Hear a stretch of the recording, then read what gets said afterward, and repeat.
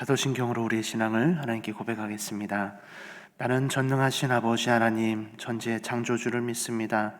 나는 그의 유일하신 아들 우리 주 예수 그리스도를 믿습니다.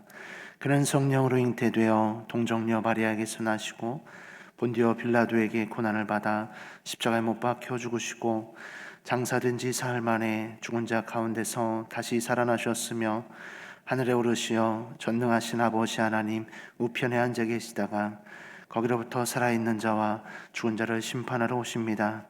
나는 성령을 믿으며 거룩한 공교회와 성도의 교제와 죄를 용서받는 것과 몸의 부활과 영생을 믿습니다. 아멘. 우리 함께 찬송가 283장 함께 찬양하시겠습니다.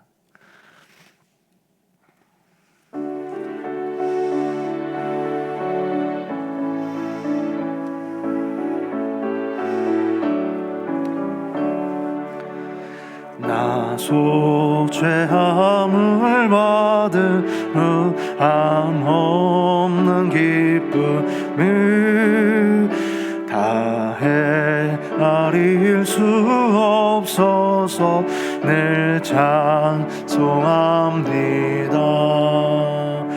나 속 죄 받은 후 나 속 죄 받은 후 주를 찬미하겠네. 나 속 죄 받은 후 주의 이름 찬미하겠네. 나 속 죄함을 받은 후 내 맘이 새로워 주 뜻을 준행하면서 죄 길을 버리네. 나 속 죄 받은 후 나 속 죄 받은 후 주를 찬미하겠네. 나 속 죄 받은 후 주의 이름 찬미하겠네. 나 속 죄함을 받은 후 성령이 오셔서 하나님 자녀 된 것을 고치 원합니다. 나 속 죄 받은 후 나 속 죄 받은 후 주를 찬미하겠네. 나 속 죄 받은 후 주의 이름 찬미하겠네. 나 속 죄함을 받은 후 보혈의 공로로 내 주의 은혜 입으니 늘 평안합니다. 나 속 죄 받은 후 나 속 죄 받은 후 주를 찬미하겠네. 나 속 죄 받은 후 주의 이름 찬미하겠네. 아멘. 오늘 우리에게 주시는 하나님의 말씀은 누가복음 19장 1절에서 10절까지의 말씀입니다.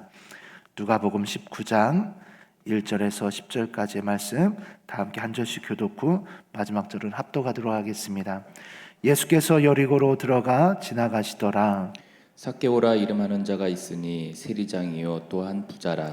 그가 예수께서 어떠한 사람인가 하여 보고자 하되 키가 작고 사람이 많아 할 수 없어 앞으로 달려가서 보기 위하여 돌 무화과 나무에 올라가니 이는 예수께서 그리로 지나가시게 되밀어라. 예수께서 그곳에 이르사 쳐다보시고 이르시되 삭개오야 속히 내려오라.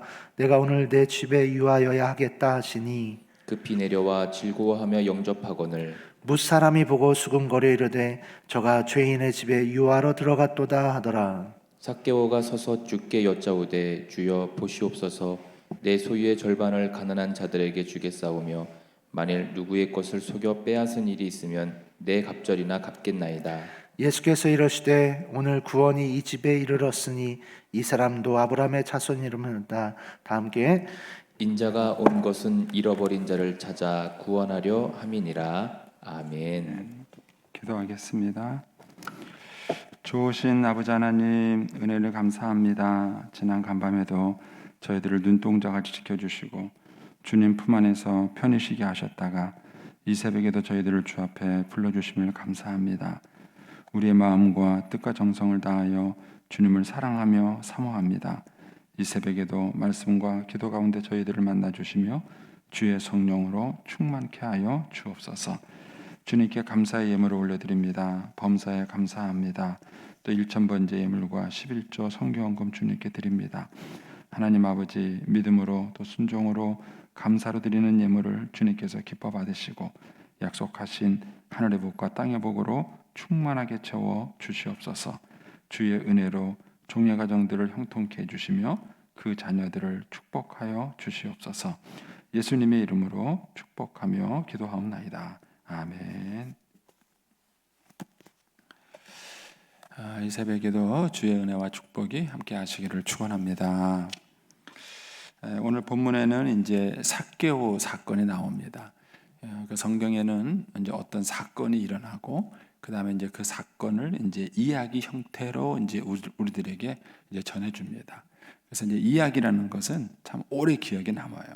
그래서 이제 이 사건을 이야기로 만들고 그 이야기 속에 담겨져 있는 이제 하나님의 메시지를 전해주는 거죠. 그러니까 이 삭개오 이야기도 이제 오랫동안 이제 초대교회에서 이야기되어지고, 그러니까 쉽게 말하면 간증되어지고, 그 다음에 이제 전파되어졌다가 이제 성경으로 기록이 이제 된 것입니다. 자, 이제 1절에 가시면 예수께서 여리고로 들어 지나가시더라 그랬습니다. 이 여리고라는 도시는 굉장히 이렇게 상업이 활성화된 도시입니다. 예루살렘을 올라가기 위해서는 그 전에 반드시 거쳐야 되는 도시고요. 또 이 여리고에는 이제 오아시스가 있습니다. 그래서 이제 이스라엘에는 물이 흡족하지 않기 때문에 이제 오아시스가 있는 지역을 중심으로 이제 도시가 발달하죠. 그래서 이제 여행객들이 이제 예루살렘에 올라가기 전에 여기가 이제 정착하는 곳이고요. 여기서 이제 쉼도 얻고 좀 정배도 하고, 그리고 이제 예루살렘을 향해서 올라가기도 하고요.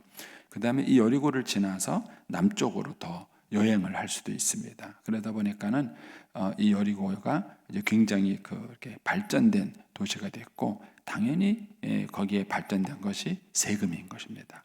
그러니까 지금도 이제 많은 이제 무역이 번성하는 곳에 이제 세금이 아주 활발하게 움직인 것과 이제 같은 맥락이라고 생각하시면 됩니다. 그래서 이제 2절에 가시면 이제 삭개오라 이름하는 자가 있으니 세리장이요 또 부자라 그랬습니다. 그러니까 삭개오라는 사람에 대한 정보를 줘요. 근데 이 사람은 세리장이고 부자입니다. 그런데 이 사람이 예수님을 보고 싶어서 이제 무화과 나무 위에 올라간 것이죠. 그리고 결국은 예수님을 만나고 난 다음에 자기가 가지고 있는 돈을 다 버려요. 그러니까 이제 이 삭개오가 이제 예수님을 만났을 때에 자기가 가진 것 갖고도 뭔가 부족한 것이 있었다는 거예요. 만일 그가 자기가 살고 있는 삶에 만족을 했다면은 예수님을 만나려고 이렇게 열의를 내지 않았을 것입니다. 그런데 예수님을 만나고 싶어서 무화과 나무 위에 올라갈 만큼 굉장한 열의를 이 삭개오가 낸 것입니다. 그럴 뿐만 아니라 예수님을 만나고 난 다음에는 자기가 지금까지 쌓아놨던 그런 재산을 다 나눠주는 결과를 갖고 왔어요. 그렇다는 얘기는 이 삭개오가 세리장이고 부자이면서도 얻지 못한 것이 있었다는 거예요. 그의 인생에 세리장이요 부자만 갖고도 만족하지 못하는 뭐가 있었고, 그 다음에 그가 예수님을 만났을 때에 마치 밭에 감추인 보화를 찾은 것처럼 뭔가 자기가 세리장이요 부자로서 얻을 수 없었던 뭔가를 발견한 거예요. 그러니까는 자기의 모든 소유를 팔아서 그 밭에 있는 보화를 산 것입니다. 그게 뭘까 하는 것이죠. 그러니까는 세리장이라 그러면은 요즘으로 말하면 이제 세무소장쯤 됩니다. 그러면은 그 당시에는 상당한 지위를 얻은 사람이에요. 외적으로도 성공한 사람이죠. 또 부자다라는 표현을 봐가지고는요, 물질적으로도 아주 넉넉한 사람인 거예요. 근데 그럼에도 불구하고 삭개오는 행복하지 못했습니다. 뭔가 그의 삶 속에 부족함이 있었다는 것이죠. 이런 면에서 우리가 우리의 자녀들에게 세리장과 부자만 만들려는 요즘 세상을 한번 점검해 봐야 합니다. 요즘 우리 아이들을 공부시키고 좋은 대학 가서 좋은 직장을 갖게 하려고 하는 것은 결국 세리장, 부자를 만들려고 하는 거예요. 그렇게 해가지고 우리 아이들을 성공시키려고 하는 건데, 그 성공을 했던 이 삭개오라는 인물이 이것 가지고는 행복하지 않았다는 것입니다. 그러니까 우리의 자녀들이 그렇게 열심히 공부해서 세리장이가 되고 부자가 돼도 행복하지 않을 거라는 거죠. 이제 그게 문제 뭔지를 더 이제 생각을 하면서 보겠습니다. 3절에 가시면 그가 예수께서 어떠한 사람인가 하여 보고자 하여 그랬습니다. 예수님에 대한 호기심이 생겼습니다. 요 앞에 있는 사건이 뭐죠? 한 맹인이 똑같은 여리고에 살았는데 예수님을 보고 이제 눈을 뜨게 된 사건이죠. 그러니까 이 여리고에 사는 맹인도 소문을 통해서 예수님 얘기를 들은 거예요. 그리고 그 예수님이 다윗의 자손이라는 믿음도 가졌고, 그 예수님이라면은 내 눈을 뜨게 해줄 수 있는 분이라는 믿음을 가졌어요. 맹인이 이 정도 정보를 가졌다면은 삭개오는 더 많은 정보를 가졌습니다.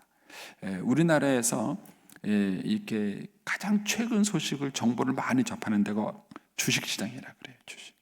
이 돈이 뭐 얼른 뛰고 얼른 모르니까는 뭐 정부에서 뭐 한다더라, 누가 뭐 어쩐다더라, 외국에서 뭐 한다더라 하는 이런 최신 정보들이 가장 많이 접수가 된다 그래요. 물론 이제 가짜 정보도 많이 있겠지만요. 이런 주식과 또 다른 동향이 뭐냐면은 세금이에요, 세금. 이 사람들의 돈을 걷는 이 세금 분야에서도요, 정보에 대해서 굉장히 빠삭합니다. 그러니까 이 사람이 세리장이었기 때문에 많은 정보를 갖고 있었을 것이고, 오히려 맹인보다 더 많은 정보를 갖고 있었을 거예요. 그러니까는 이 삭개오는 예수님에 대한 많은 이야기가 들은 거예요. 그래서 예수님이 어떤 사람인지 궁금한 거예요. 대체 좀 이분을 좀 만나보고 싶다는 열망이 삭개오한테 오랫동안 이제 있었던 것이죠. 그래가지고 이제 예수님이 여리고에 나타났다 그러니까 이 맹인처럼 예수님을 찾아 이제 거리로 나간 것입니다. 그런데 이미 많은 사람들이 왔어요. 이렇게 많은 인파가 모인 거 본 적이 있나요? 저는 이제 군인 정부 시대잖아요. 그래서 기억이 나시는 거 모르겠는데, 예전에 뭐 어디 해외 나가서 무슨 운동 선수가 1등했다, 뭐 권투 우리 옛날에 뭐 홍수환 선수 뭐 1등했다 그런 거죠. 퍼레이드를 하잖아요. 그러면 저는 서울에서 학교 다녔기 때문에 출동 명령이 내리면 서울에서 학교 다니는 아이들 다 모여라 그러면 이제 도로변에 쫙 서가지고 막 그런 거 안 해보셨어요? 저는 이제 뭐 여러 번 나가서 거리에 나가서 막 박수 치고 뭐 그런 거 해봤는데, 어쨌든 이제 그때 가면요, 막 도로변에 사람이 막 꽉 차요. 저는 이제 그런 상상이 돼요. 근데 이제 이 예수님의 인파는 동원된 인파는 아니죠. 동원된 인파는 아니고 예수님을 보고 싶은 사람들이 거리에 쫙 이렇게 몰려들어서 이렇게 왔습니다. 제가 이제 그 성지순례 가서 삭개오가 올라갔다는 그 나무를 봤어요. 콩나무를 이렇게 그래서 여기에 올라갔을 거라고 이렇게 추정하는 그 나무를 이렇게 봤는데, 어쨌든 그 나무 밑에서 옆으로 그냥 사람들이 쫙 이제 몰린 것입니다. 이제 삭개오가 갔는데 뭐예요? 또 하나의 정보가 나오죠. 키가 작다. 얼마나 키가 작았으면은 그 인파에 묻혀가지고 예수님을 보기가 어려운 그런 상황이 된 것입니다. 그런데 삭개오가 4절에 가면 거기서 끝나지 않았어요. 앞으로 달려가 보기 위하여 돌 무화과 나무에 올라갔다. 그러니까는 그만큼 열정이 있었던 거예요. 그만큼 사모함이 있었던 것입니다. 이런 사모함이 있는 사람이 예수님을 만나는 거예요. 예수님께서 심령이 가난한 사람이 복이 있나니 저희가 하나님을 볼 것이다. 애통하는 자가 복이 있나니 저희가 위로를 받을 것이다. 그러니까 우리의 마음속에 이런 갈급한 마음, 사모하는 마음이 있는가 하는 것입니다. 이 삭개오는 예수님을 만나고 싶은 이런 열정이 있었죠. 그래서 이제 무화과 나무 위에 올라갔고 그곳에서 이제 예수님을 사실은 멀리서 보는 것만으로 만족하려고 그랬던 거죠. 그런데 5절에 가니까 예수께서 그곳에 이르사 쳐다보시고 이르시되 삭개오야 속히 내려오라. 첫째는 이름을 불렀어요. 삭개오야. 얼마나 충격을 받았을까요? 예수님이 자기를 모를 거라고 생각한 거예요. 예수님이 자기에 대해서 아무것도 모를 거라고 생각했는데 그런 자기를 쳐다본 것도 놀랍지만 자기의 이름을 부른 거예요. 삭개오야. 저는 여기서 삭개오가 엄청 충격을 받았을 거라고 생각이 돼요.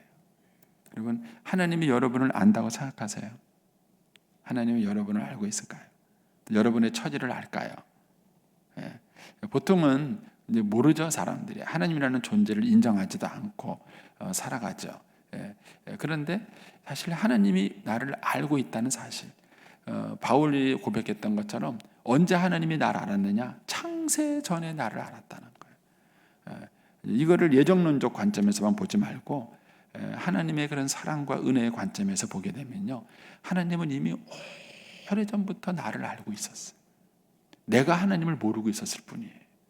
그리고 하나님은 나를 알 뿐만 아니라 내 고민, 갈등, 어려움, 이 모든 아픔에 대해서 주님은 다 공감하고 있었어요. 신앙이라는 것은 그거를 발견해 가는 거예요.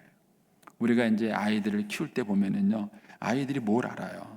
엄마가 자기를 낳고 돌보고 젖먹이고 그 다음에 애를 케어해주고 또 그 아이를 잘 키우기 위해서 부모가 열심히 일해서 뒷바라지 해주고 하는 그런 과정 속에서 부모들이 치른 대가를 자녀들이 얼마나 알겠습니까? 모르죠. 막연하게는 알아요. 그냥 우리 엄마 날 낳으시고 날 기르시고 고생하시고 막연하게는 알죠. 근데 잘 모릅니다. 자기들이 커가면서 또 인생을 살아가면서 부모님이 나를 위해서 이렇게 힘드셨구나 하는 것들을 더 많이 공감을 해가는 거예요. 여러분, 하나님도 마찬가지예요. 우리가 하나님을 잘 몰라요. 하나님이 우리를 얼마나 사랑하시는지, 나에 대해서 얼마나 깊은 관심과 은혜를 갖고 있는지를 우리가 잘 모르는 거예요. 삭개오도 전혀 예수님이 자기 이름을 부를 거라고는요 꿈에도 생각 못했을 거예요. 그런데 자기 밑에 와서 자기를 딱 쳐다보고는 삭개오야 그랬을 때 얼마나 충격이 됐을까요? 아마 그 이름을 부른 것 하나만 갖고도 삭개오가 엄청 충격을 받았을 거예요. 그런데다가 뭐라 그랬냐면은 내려와라. 내가 오늘 내 집에 유하여야겠다. 내 집에서 하룻밤 신세지자. 근데 이게 좋아요. 여러분, 사람이 찾아온다는 게 좋은 적이 있으세요?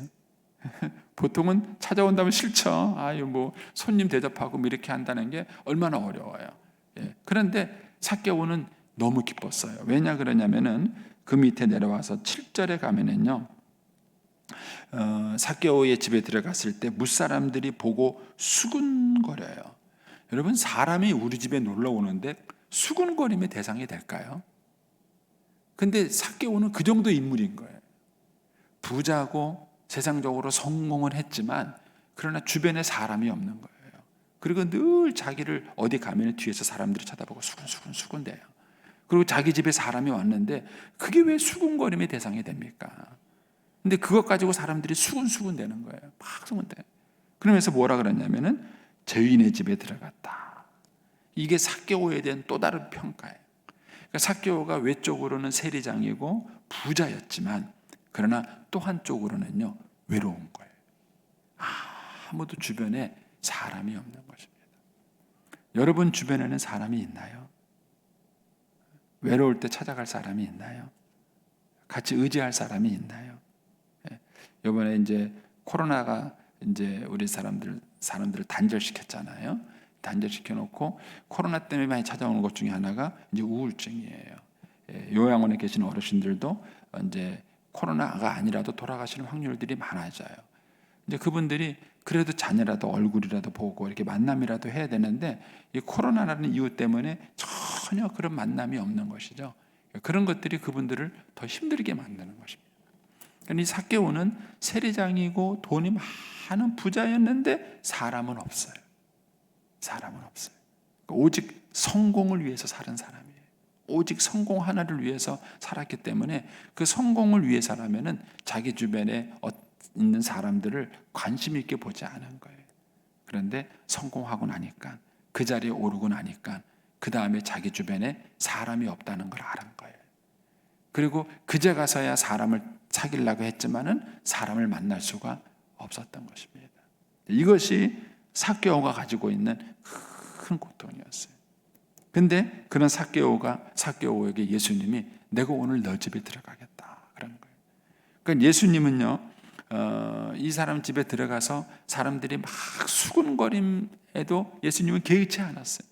누가 맨날 뭐 수군거려도 뭐하든 그걸 개의치 아니하시고 이제 이 삭개오의 집에 들어가서 삭개오를 만나 주신 것이죠.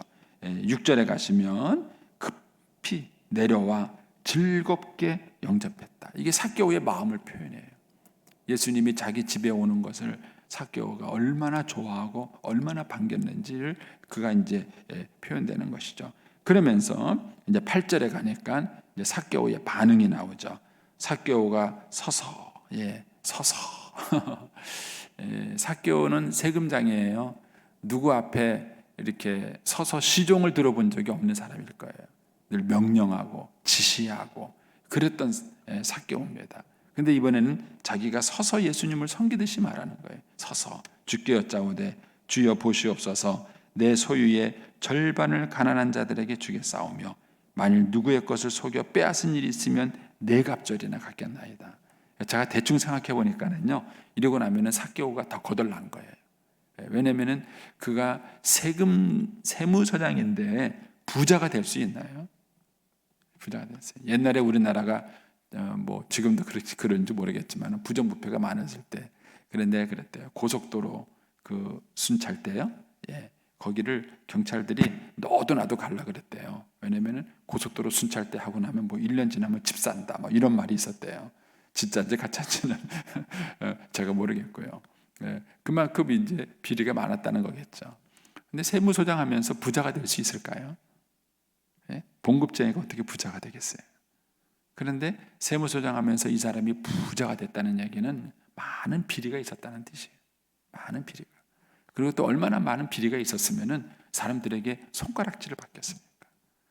세무소장이라는 직업이 손가락질 받을 직업이 아니잖아요. 근데 사람들한테 손가락질을 받은 거예요. 그러니까는 이 삭개오의 삶이 어땠을 것인가를 우리가 상상할 수 있습니다. 그런데 그 삭개오가 누구 것을 빼앗은 것이 있으면 4배로 갚겠다는 거예요. 4배로. 그리고 또 자기의 남은 재산 가운데 절반을 주겠다는 얘기는요, 제가 볼 때는 다 털은 거예요. 예수님을 만나는 순간 삭개오의 인생관과 가치관과 삶의 기준과 목표와 이 모든 것들이 완전히 바뀐 거예요. 이분이 예수님이십니다. 여러분들은 이런 예수님을 만나셨나요? 이런 예수님을 만나셨는가? 그러니까 예수님을 만나는 것은 자기의 모든 삶의 보화를 다 털어서라도 바꾸고 싶은 그런 보화, 말 그대로 정말 밭에 감추인 보화를 삭개오는 발견한 것입니다. 여기서 우리가 중요한 한 가지 원리를 배울 수 있어요. 그거는 물질은 목표가 아닙니다. 물질은 행복도 아닙니다. 근데 우리가 속고 있는 거예요. 지금 오늘 우리 시대 때에 사람들이 물질이 마치 삶의 목표인 것처럼, 물질이 마치 우리의 삶의 행복을 갖고 오는 것처럼 속고 있는 거예요. 그래서 우리 아이들도 어떻게든지 간에 물질적으로 넉넉하고 돈 많은 버는 그런 직업을 갖고 살게 하려고 우리도 모르게 속고 있는 거예요. 이 경쟁 사회에 우리도 모르게 달려가고 있는 것입니다. 그런데 삭개오의 삶이 우리에게 단적으로 보여주는 건 거예요. 돈은 행복이 아닙니다. 그리고 목표도 아닙니다. 왜냐하면 삭개오는 이 돈을 다 쏟아부어서 바꾸고 싶은 뭔가가 있었던 거예요. 아마 삭개오가 만약에 오늘 살아서 여기 오면 뭐라 그럴 거예요. 아마 이런 간증을 삭개오가 막 넘치도록 할 거예요. 많은 돈과 부유를 갖는다는 것은 결코 행복도 아니고 부유도 아니다. 이것을 내가 다 주고 바꾸고 싶은 그 무엇이 있다는 얘기를 삭개오는 아마 우리에게 할 것입니다. 돈은 절대로 우리의 목표도 부도 아닌 것입니다. 그러면 돈보다 더 귀한 게 뭘까요? 돈보다 더 귀한 게 뭘까? 그게 예수님이에요. 예수님. 그리고 또 하나 더 설명을 드린다면요, 인간은 코이노니아적 존재입니다. 제가 저에게 부임해 와서 처음 설교했던 것처럼 하나님은 성부, 성자, 성령 삼위 하나님으로 계셔요. 코이노니아 하나님이세요. 인간도 마찬가지입니다. 하나님과 나와 너가 있어야 돼. 이 세 존재가 원활해야만 그 사람은 행복한 것입니다. 따라서 사람을 잃고 돈을 버는 것이 아니라 돈을 버리고 사람을 얻어야 합니다. 이런 것이 잠언서에도 많이 나와요. 여간 채소를 먹고 화목하는 것이 살찐 소를 먹으며 다투는 것보다 낫다. 다투는 여인과 함께 사느니 움막에서 혼자 사는 것이 낫다. 이 잠언에서 이런 얘기들을 많이 권면해 주고 있습니다. 그래서 코이노니아라는 것은 우리가 돈을 희생해서라도 얻는 것이지, 사람을 희생해서 돈을 얻는 게 아니에요. 목회하다 보면은 그런 간증을 많이 들어요. 가장 가벼운 건 유산 때문에 싸우는 거. 유산 때문에 형제들의 얼굴을 다시 안 보겠다는 거. 그게 옳은가? 차라리 유산을 포기하고 형제를 얻는 것이 낫지, 형제를 포기하고 유산을 얻는 것이 옳은가 하는 것입니다. 부부가 맞벌이 하느라고요, 서로 얼굴 볼 새가 없어요. 왜요? 조금 더 좋은 환경에서 살기 위한 거예요. 그렇게 해야만 할까? 부부가 얼굴 볼 새도 없이 일을 하면서 그렇게 살아야만 할까? 물론 그것이 생존의 문제라면 모르겠어요. 그러나 이미 우리나라는요 3만 불을 넘어가고 있기 때문에 생존의 시대는 아니에요. 생존의 시대는 아닌 것입니다. 이런 면에서 이 삭개오가 받는 그런 이제 이 시사해 주는 내용은 참 큽니다. 그러니까 이제 9절에 가서 예수님이 이르세요. 예수께 이르시되 오늘 구원이 이 집에 이르렀다. 제가 이제 직분자 수련회 때도 한번 얘기를 했지만은요, 돈에 대한 태도는 구원을 결정해요. 예수님께서는 이 삭개오의 태도를 보고 선언하셨어요. 오늘 구원이 이 집에 이르렀다. 삭개오가 구원받았다. 이렇게 말해요. 구원받은 삭개오의 달라진 모습 중에 하나는 돈에 대한 태도가 달라진 거예요. 그래서 여러분들이 예수 믿고 돈에 대한 태도가 달라지지 않았다면 아직 예수 믿는 게 뭔지 모르시는 거예요. 예수 믿는지 모르는 게 모르시는 거예요. 그리고 예수를 정말 믿는다면 돈에 대한 태도가 달라지고요. 돈에 대한 태도가 달라지면요, 내 주변에 있는 사람이 대번에 느껴요. 저 사람 뭐가 달라졌네? 왜요? 돈에 대한 태도가 달라졌기 때문에 대번에 느낍니다. 이것이 신자의 삶인 것이죠. 예수님께서는 오늘 구원이 이 집에 이르렀다 이렇게 선언하셔요. 그러면서 10절에 뭐라 그러냐면 인자가 온 것은 잃어버린 자를 찾아 구원하려 함이라. 여기서 인자가 온 것은 하고 인자 대신에 여러분의 이름을 넣어보세요. 성례가 온 것은 이렇게. 여러분, 내가 사는 이유가 뭐세요? 한번 정리를 한번. 내가 사는 목적이 뭐냐? 예수님은 사는 목적이 잃어버린 자를 한 영혼이라도 얻는 거예요. 그래서 삭개오의 집에 들어갈 때 사람들이 수군거리는 것을 개의치 않으셨어요. 왜? 예수님의 인생 목적이니까. 예수님의 인생 목적이니까 내가 가서 삭개오를 구원하는 게 중요하지, 사람들이 나한테 수군거리고 막 비난하는 거, 그거 별로 중요하지 않은 거예요. 무엇이 더 중요한가? 예수님에게는 이 잃어버린 한 영혼을 구원하기 위해서라면은 그런 사람들의 비난을 마다하지 않으신 것입니다. 이런 면에서 내가 사는 목적이 뭔가를 한번 점검해 보셔야 돼요. 내 인생의 최고의 가치가 뭔가, 내가 사는 목적이 뭐고 내 삶의 보람은 뭔가. 예수님은 이것 때문에 오셨어요. 그래서 예수님은 예루살렘을 향해 가는 도중에 이 삭개오의 집에 들어가서 삭개오와 어울렸던 것입니다. 저는 이제 이 말씀 이렇게 묵상하면서 느끼는 것 중에 하나가요, 밥만 잘 먹어도 사람을 구원시킵니다.